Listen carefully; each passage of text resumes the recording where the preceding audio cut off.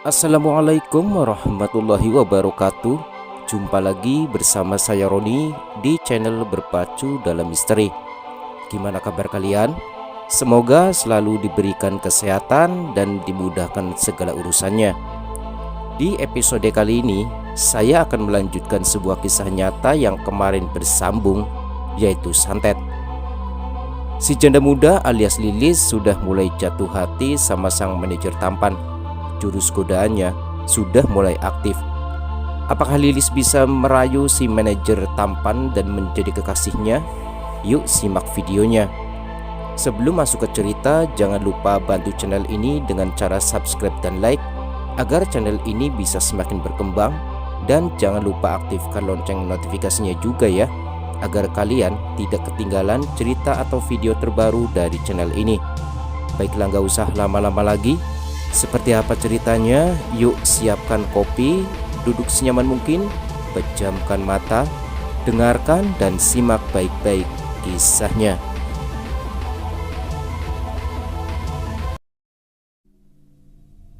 Sore itu, saat hujan mulai turun rintik-rintik bertemankan teh hangat dan sebungkus roti isi selai coklat, aku menyadarkan tubuh kedipan milik emak. Dipan yang cukup tua terbuat dari rotan. Jika ada orang duduk lalu bangkit, ia akan berbunyi mendecit. Emak dan Riani sedang tidak di rumah. Mereka pergi mengantarkan kerupuk ke sebuah warung makan di tengah kota. Inilah resiko berjualan yang tergantung pada lahan milik orang lain. Kita harus cepat sigap menawarkan dagangan ke sana kemari, apapun kondisi alamnya. Aku salut pada emak.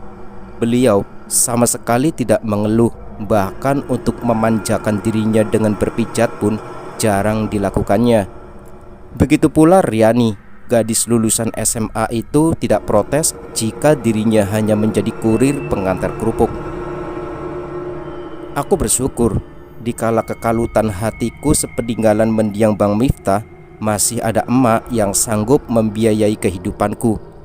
Sesaat terlintas kembali raut wajah Mas Aryo. Beruntungnya Desi, gumamku. Jika dilihat dari pakaian dan postur tubuhnya, Mas Aryo adalah seorang atasan di dealer mobil. Pernah sepintas kulihat ada namtag yang tertempel di kemejanya dengan tulisan manajer. Hebat ya. Aku terperanjat dari dipan, terkejut mendengar ada benda yang jatuh dari dapur. Bergegas menuju ke dapur dan melihat apa yang terjadi. Sebuah gelas dan sesosok wanita. Aku tak mengedipkan mata melihatnya.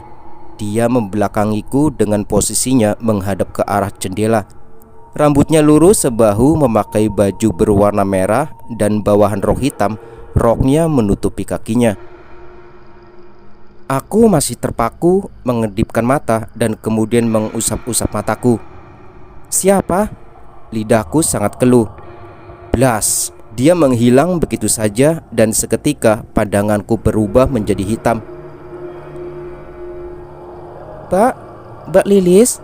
Kepalaku masih terasa pusing, rupanya aku pingsan tadi.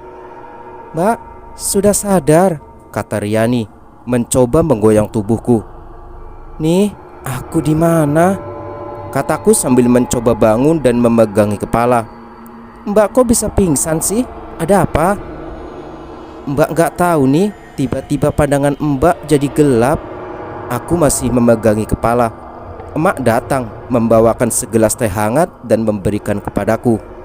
Aku mencoba mengingat kejadian tadi. Sejak kapan aku bisa melihat makhluk halus? Mak, Lilis mau tanya, boleh?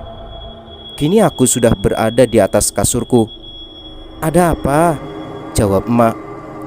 Apa di keluarga kita ada yang bisa melihat makhluk halus? Emak terdiam. Ada, jawab emak. Emak bisa melihat mereka, tapi tidak sering, lanjutnya.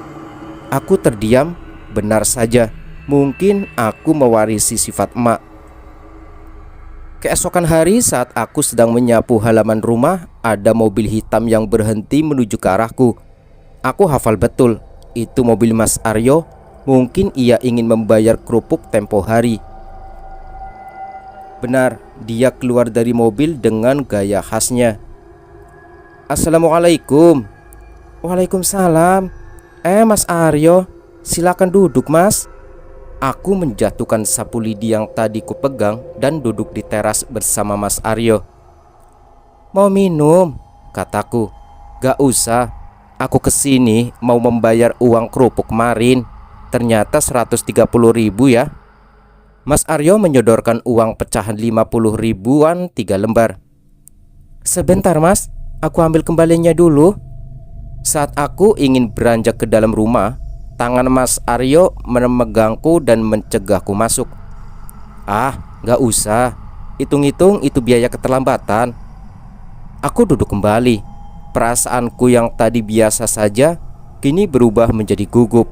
Jantungku berdebar, apalagi tadi tangan Mas Aryo memegangku. Aku melihat sekilas bayangan seorang wanita masuk ke dalam rumah. Wanita yang mengenakan baju merah dengan rok hitam, seperti yang semalam kulihat. Bulu kuduku berdiri. "Ada apa?" tanya Mas Aryo. "Tidak mas, tidak ada apa-apa," jawabku sambil mengelus leher. "Kalian hanya tinggal bertiga di sini?" tanyanya lagi. "Iya mas, semenjak suami meninggal, aku tinggal di sini bersama emak dan Riani." "Oh maaf, aku gak bermaksud," ucapnya dengan nada bersalah. "Gak apa-apa mas. Mas pulang kerja ya?" tanyaku lagi. "Iya, tadi habis dari kantor terus ke sini," jawabnya. "Kerja di mana mas?" "Di dealer mobil. Ya jadi jongos." Dia terkekeh manis sekali.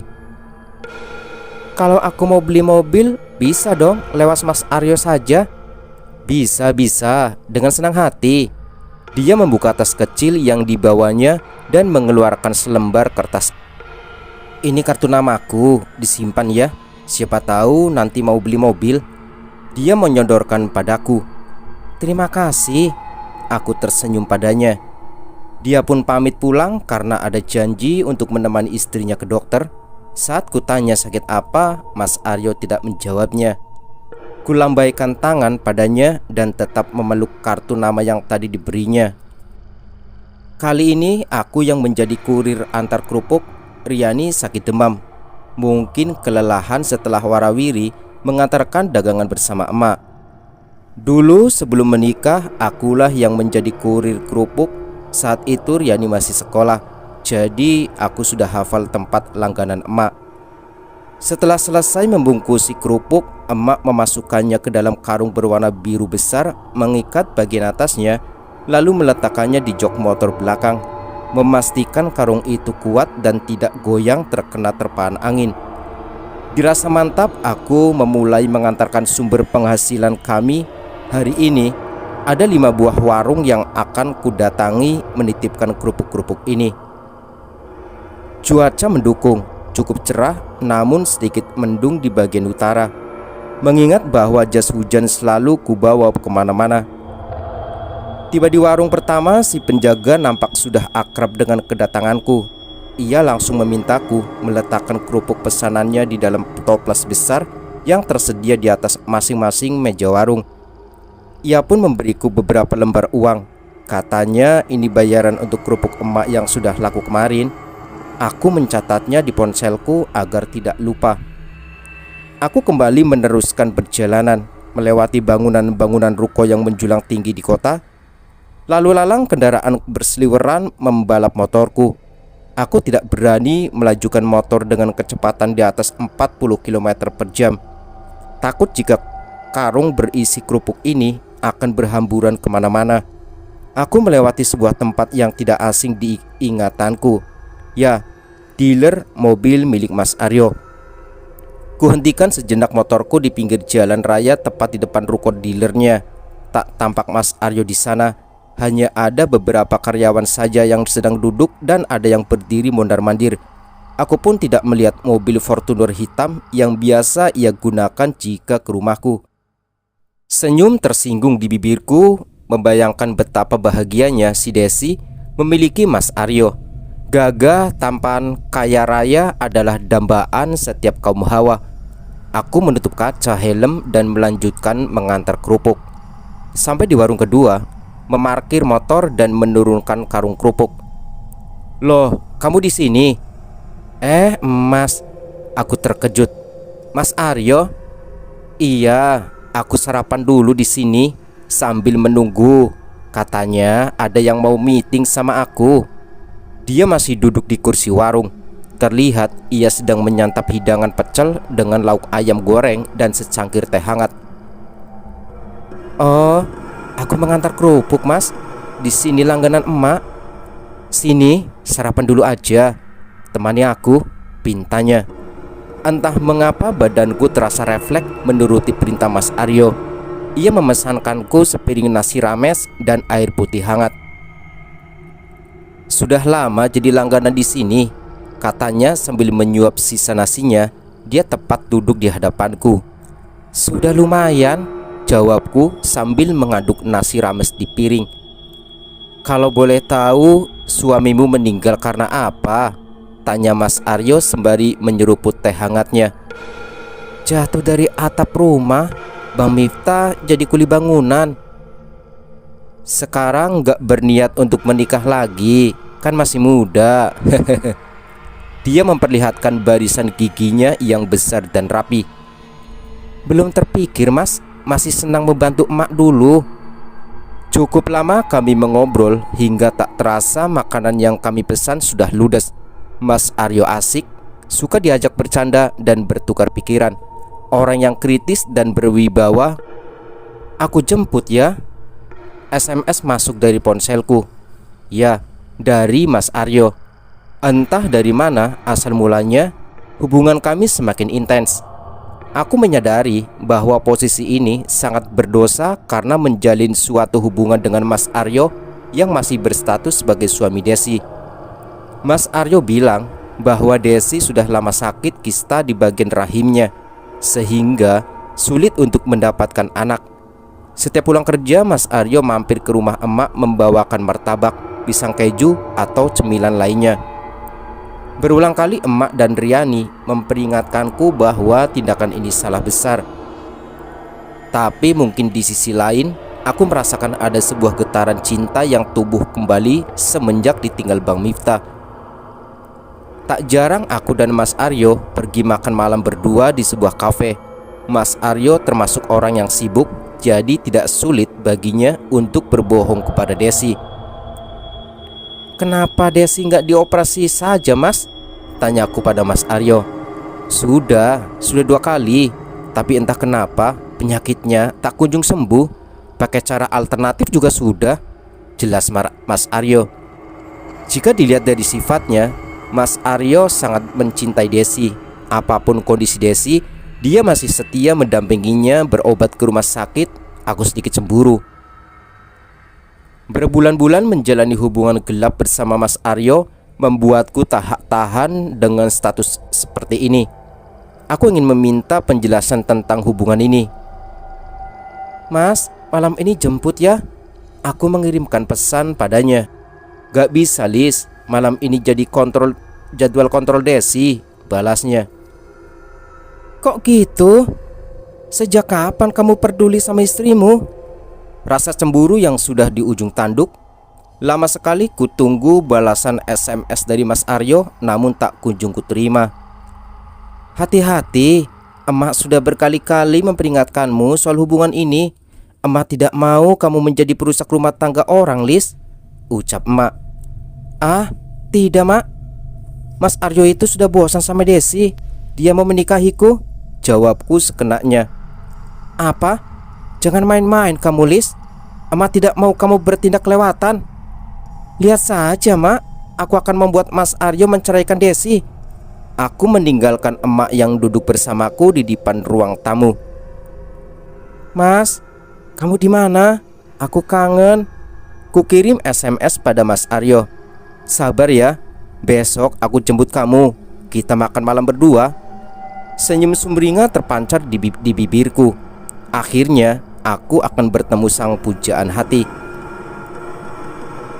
Keesokan malam, Mas Aryo memenuhi janjinya dengan memakai celana jeans sedengkul, Baju kaos berwarna hitam dan jam tangan, dia tampak seperti pangeran. Aku memoles wajahku supaya terlihat sangat cantik di hadapannya. Memakai baju atas berwarna biru malam dengan aksen rendah di lengannya dan rok sepan merah muda. Tak lupa sendal slop dan tas lempang warna senada. Rambutku gerai saja. "Yuk mas," aku menggandeng tangan kekar Mas Aryo. Kami memasuki mobil hitamnya, duduk di sampingnya, memangku tas lempang dan memasang safety belt. Kami menuju di sebuah kafe. Rata-rata pengunjungnya adalah kaum elit. Terlihat dari mobil-mobil yang terparkir rapi dan dari pakaian mereka yang branded. "Kamu pesen apa?" Seafood udang aja sama orange juice," kataku sembari membuka-buka buku menu. "Pastanya 1, seafood udang 1, minumnya orange juice dan mocha float," ujar Mas Aryo pada pelayan kafenya. "Mas, aku mau tanya sesuatu," ucapku. "Apa?" Mas Aryo melepaskan ponsel yang sedari tadi dilihatnya.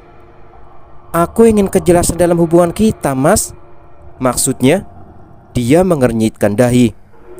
"Ya, aku ingin hubungan yang jelas. Selama ini kita sudah menghabiskan banyak waktu berdua, dan kurasa aku mencintaimu." "Hah? Yang benar saja kamu, Lis." Dia seolah tidak percaya. "Benar mas, aku mencintaimu. Aku ingin menjadi istrimu." "Apa? Istriku? Bagaimana dengan Desi?" "Ya kau tinggal ceraikannya saja mas, lalu menikah denganku. Gampang kan?" "Gampang? Semudah itu menurutmu?" Dia semakin membuatku kesal. "Mas, aku serius," bentakku. "Ya aku juga serius. Tapi bagaimana dengan Desi? Dia tidak bisa hidup tanpaku. Aku satu-satunya penyemangat hidupnya," jelasnya.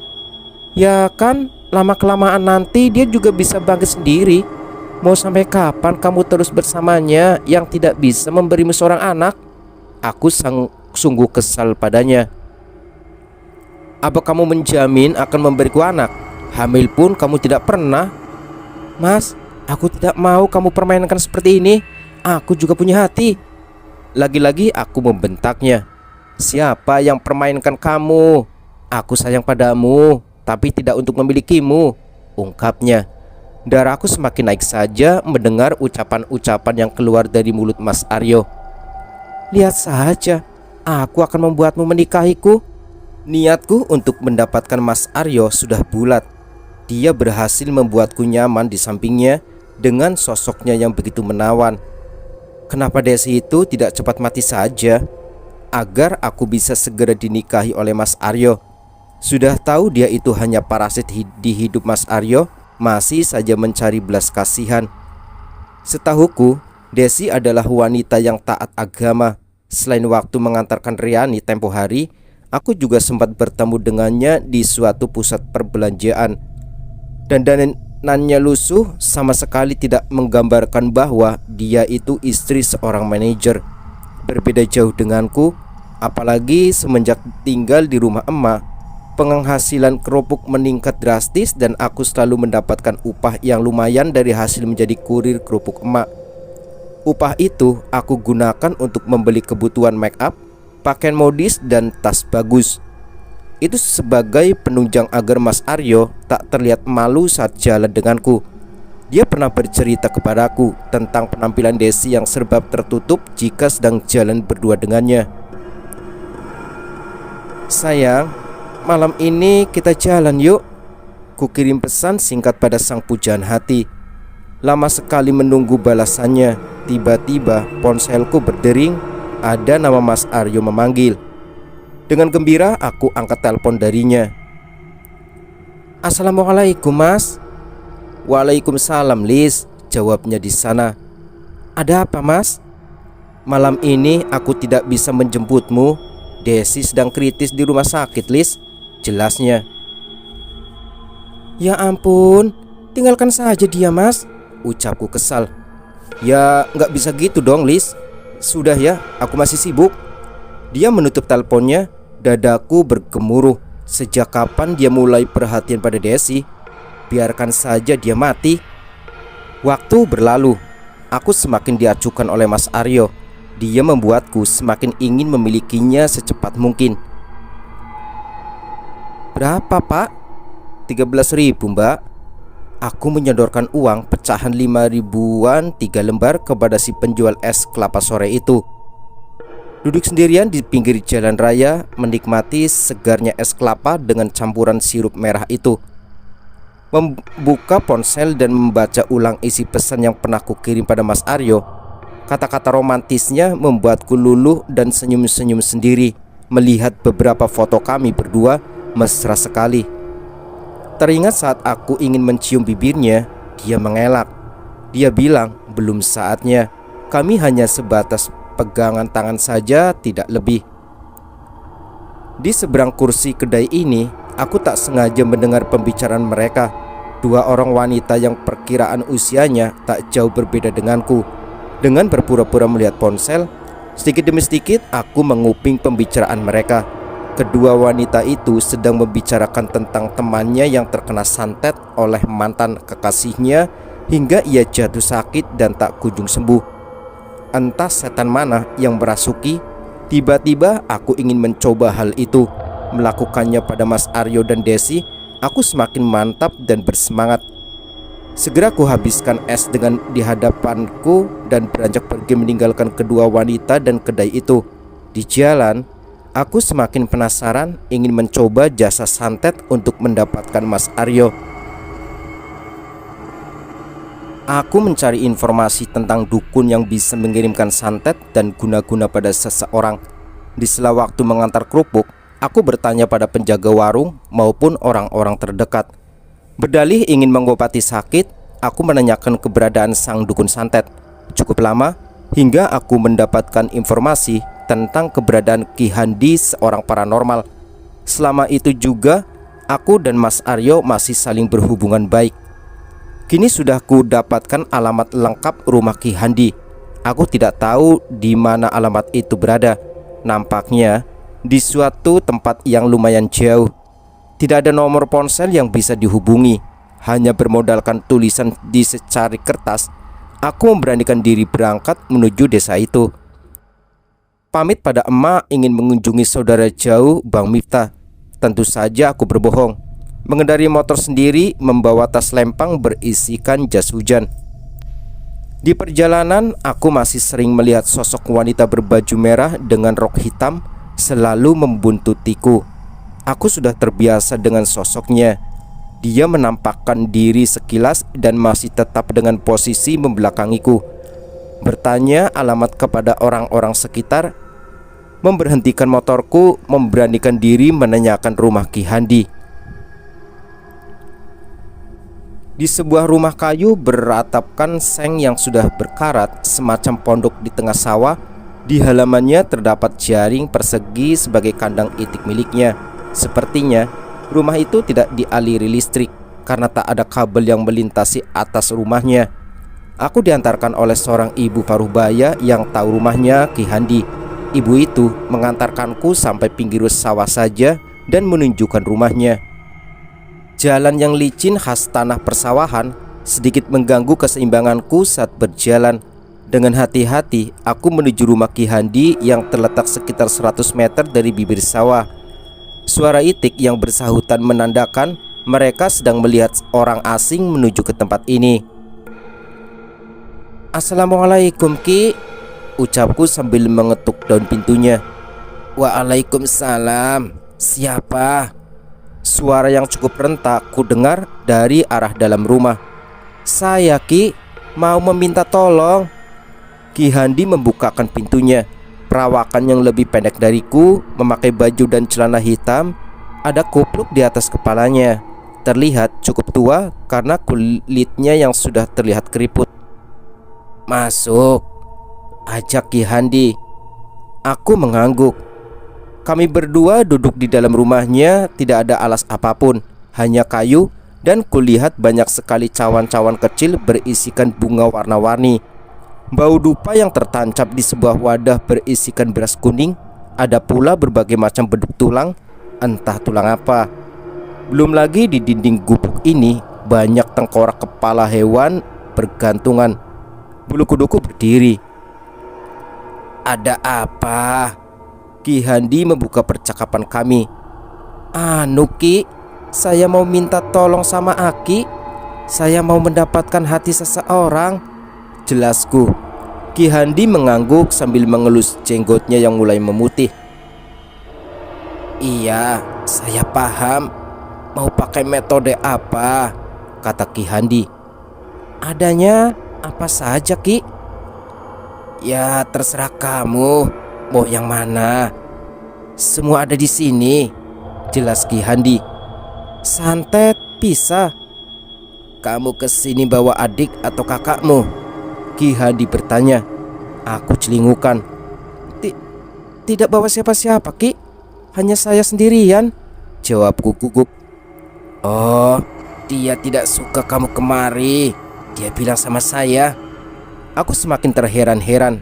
Mungkinkah sosok wanita yang berbaju merah itu?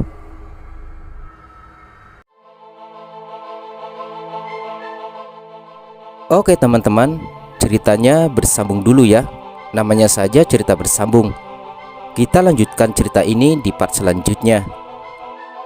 Jangan lupa bantu channel ini dengan cara subscribe dan like, dan aktifkan juga lonceng notifikasinya agar kalian tidak ketinggalan cerita atau video terbaru dari channel ini. Terima kasih sudah mendengarkan dan menyimak videonya. Selamat malam, selamat beristirahat. Saya Roni undur diri. Wassalamualaikum warahmatullahi wabarakatuh.